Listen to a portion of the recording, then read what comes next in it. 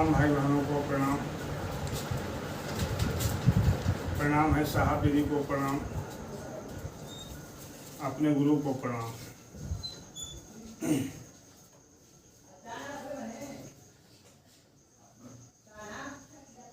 आप सबको विदित किया जाता है कि आज हम सभी 19 कोविड जैसे महाबीमारी के चलते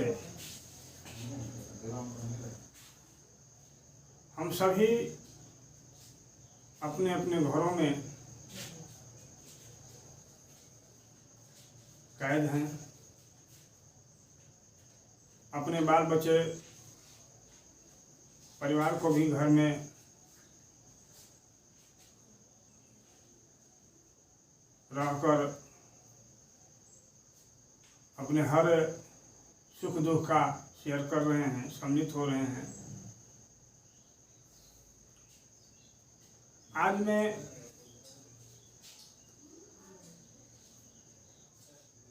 अपने सभी अभिभावकों को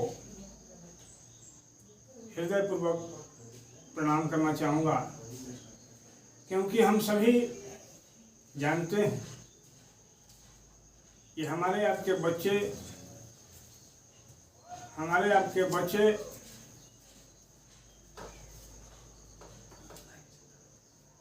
अभी स्कूल नहीं जा रहे हैं।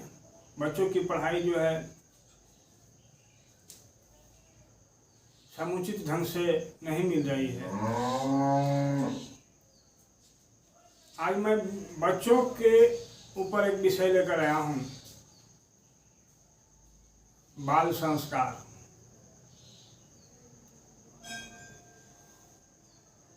प्यारे बच्चों एवं बच्चियां,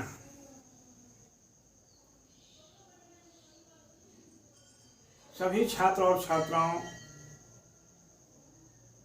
को मैं सूचित करना चाहूँगा कि आज हम सभी पढ़ाई से कोसों दूर हो चुके। शिक्षा से हम और आप बहुत दूर हो चुके हैं।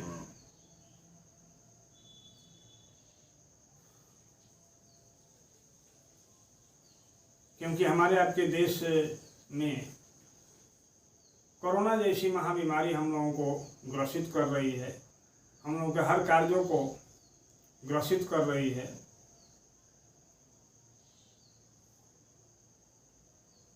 तो मैं आप सबसे अपील करूंगा कि आप लोग घर में रहकर पढ़ाई का एक केंद्र बनाएं, शिक्षा का ऐसा स्थान बनाएं जहाँ पर हमारी आपकी मन चित्त शांत हो और शिक्षा में हमारा मन तल्लीन हो।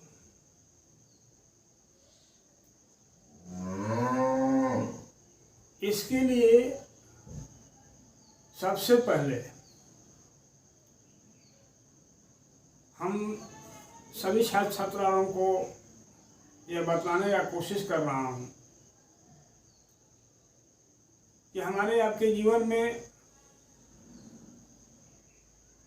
तरह तरह के उतार चढ़ाव आते रहते हैं। जब हमारे आपके जीवन में परीक्षाएं होती हैं तो उस समय हम लोग जी जान देकर कड़ी से कड़ी मेहनत करते हैं।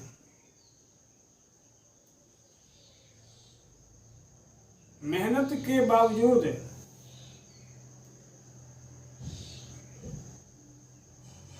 हमारा परिणाम जो है, परीक्षा का परिणाम जो है संतुष्ट जनक नहीं आते हैं, तो हमारे आपके दिमाग में तरह तरह की भावनाएं उत्पन्न होने लगती हैं। इसका कारण क्या है? कारण है कि हम लोगों को एक सही मार्गदर्शक के अभाव में हम लोग पढ़ाई के क्षेत्र में, एजुकेशन के क्षेत्र में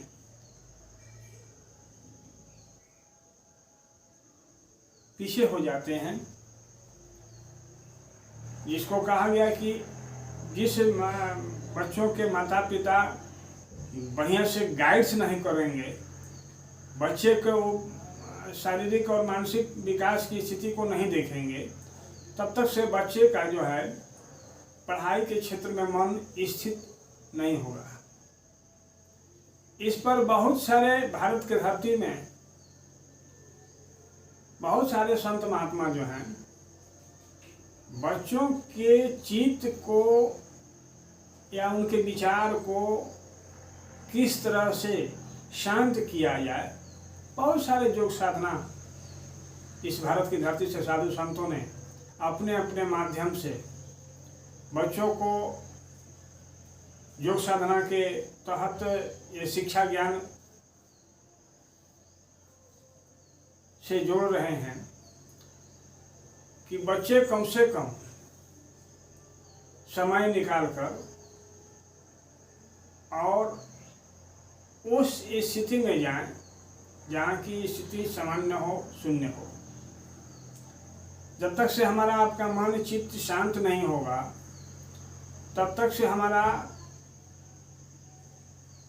आपके जीवन में स्थिरता नहीं आ सकती है। इसके लिए एक मार्गदर्शक की आवश्यकता होती है, वो गुरु होते हैं। कहा गया कि ध्यान मूलम गुरु मूर्ति, पूजा मूलम गुरु पदम, मंत्र मूलम गुरु वाक्य, मोक्ष मूलम गुरु कृपा। जब तक से गुरु की कृपा नहीं होगी, जब तक से हमारे आपके जीवन में एक सुंदर मार्गदर्शक नहीं होंगे, तब तक से हमारे आपके जीवन में बदलाव नहीं हो सकता है। कभी कभी हम लोग देखते हैं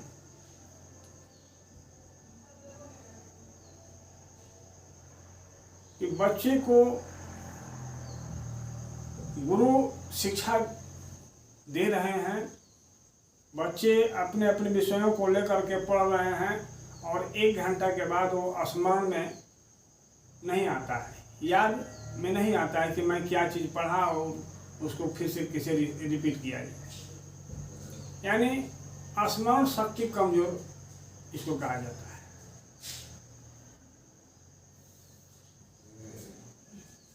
लॉस्ट मेमोरी।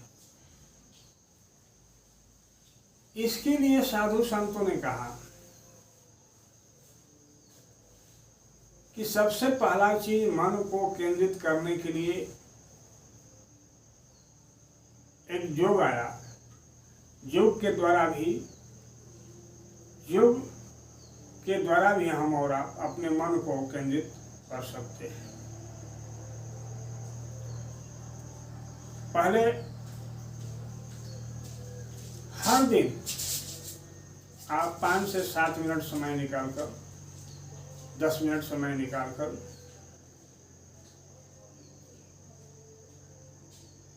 सुबह प्रातः काल के समय में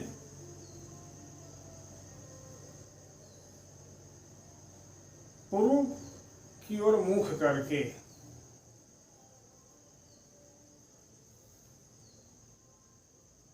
और साधना करें, गुरु का ध्यान करें, परमात्मा का ध्यान करें। ध्यान करते करते धीरे धीरे हमारा आपका मन स्थिर होने लगेगा।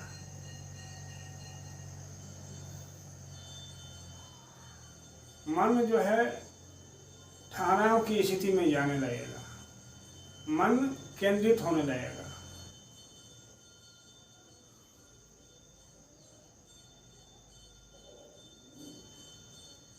कुछ दिन बीतने के बाद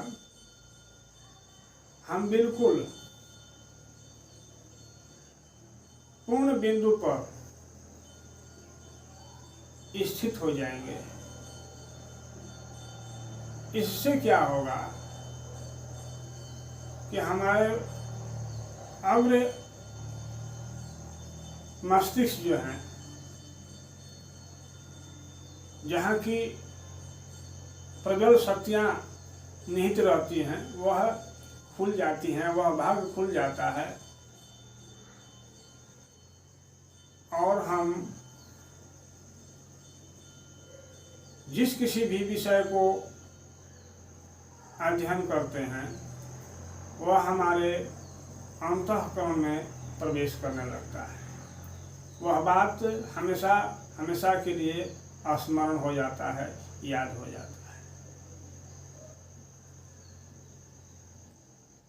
रही बात संस्कार की,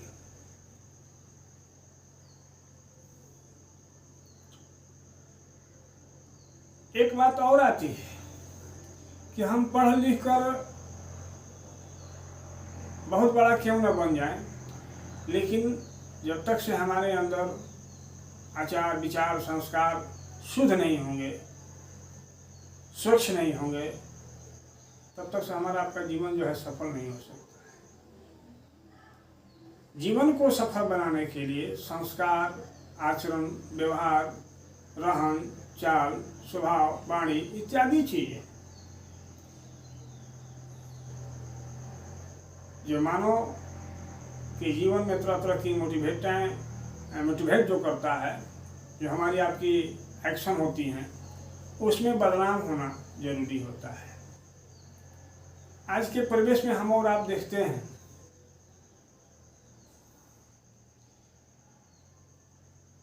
छोटे छोटे बच्चे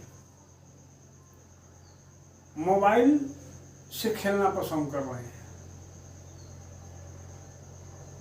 जबकि हम और आप सभी अभिभावक जानते हैं कि मोबाइल से तरह तरह की उसमें से किरणें निकलती हैं, वायरस निकलते हैं, जो कि हमारे आपके आँख पर बहुत तरह की क्षतियाँ पहुँचाता है, दिमाग पर बहुत तरह की क्षतियाँ पहुँचाता है। तो मैं खासकर ऐसे बच्चों को आगाह करना चाहूँगा, सावधान करना चाहूँगा कि आप मोबाइल से नहीं, आप पुस्तक से प्रेम करना सीखें। जिस दिन हमारे आपके अंदर उस पुस्तक से प्रेम हो जाएगा, जिस दिन हमारे आपके अंदर पुस्तक से प्रेम करना हम लोग सीख जाएंगे, तो सारी की सारी पुस्तक जो हैं हम और आप बन जाएंगे। पुस्तक का निर्माण किसी विद्वानों के द्वारा किया गया। आपके अंदर भी वह शक्ति, वह ऊर्जा विद्यमान है, आपके अंदर भी वो भावनाएं बिल्कुल मौजूद हैं, मात्र उसको जागृत करने के लिए कहा गया। साहब ने क्या कहा? साहब श्री हरिंद्रानंद जी ने कहा कि मात्र एक मन में भाव या विचार उत्पन्न करना है कि शिव मेरे गुरु हैं। जिस दिन हमारा आपका मन समझने लगेगा कि शिव मेरे गुरु हैं, उस दिन अपनत्व का भाव हमारे आपके अंदर उमड़ने लगेगा, अपनत्व का भाव आने लगेगा। जिस प्रकार से ये मेरा जूता है, मेरा कमरा है, मेरा कार है, मेरा बंगला है, ठीक उसी प्रकार से जब हमारे आपके जीवन में महादेव जैसे सुंदर गुरु प्राप्त हो जाए,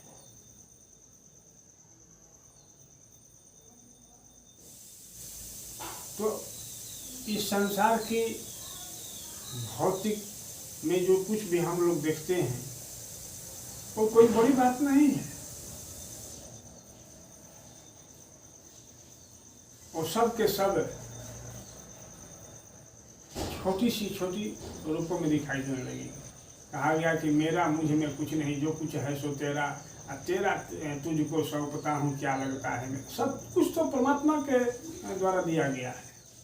लेकिन मनुष्य क्या करता है कि कुछ लौकिक और कुछ परलौकिक यानी सदृश और अदृश्यताओं को, ज्ञान को मिश्रण करके, खोज करके विज्ञान यही सिखाता है। जैसे मिट्टी का निर्माण परमात्मा द्वारा किया गया, लेकिन उसमें मनुष्य क्या किया? अपने विवेक के द्वारा मिट्टी से ईंट बनाया, ईंट को पका कर, मिट्टी का ईंट बनाया, सच्चा में ढाल करके और उसको पका दिया, पक्का का ईंटा हो गया, ईंट हो गया।